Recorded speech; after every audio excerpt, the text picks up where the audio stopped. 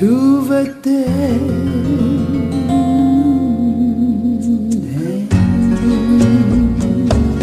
song phang hun lui zur phân ly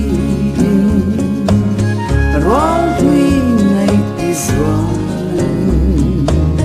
lung lên dài xa thế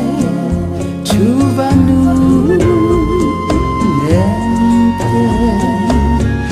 zur tham quan ra thiên râu bèn thế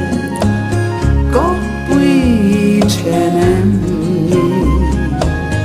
lung lên dài xa thế từng vạn gió là thọ các khuan chuan văn ai mù cô lên lên về lên hoa tình su tên có bụi chen về em đi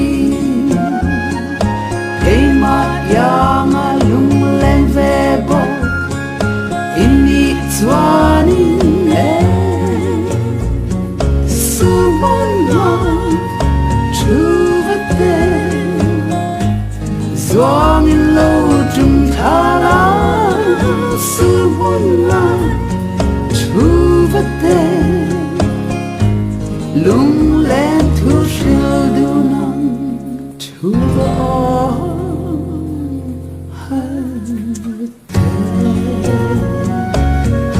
ngày tí zua lê dâu giam par tai ri tí zao ao sông lung mu nu an thâu chu vật tên xuân hâm đi sẽ trả lại bằng lòng lung lên sự tu nam om hriatchian về zum vang gió là thọ các khuan chuan văn ai mù cô lên lên về hoa tình su tên có bụi chen về em đi cây mà yang a lung lên về bờ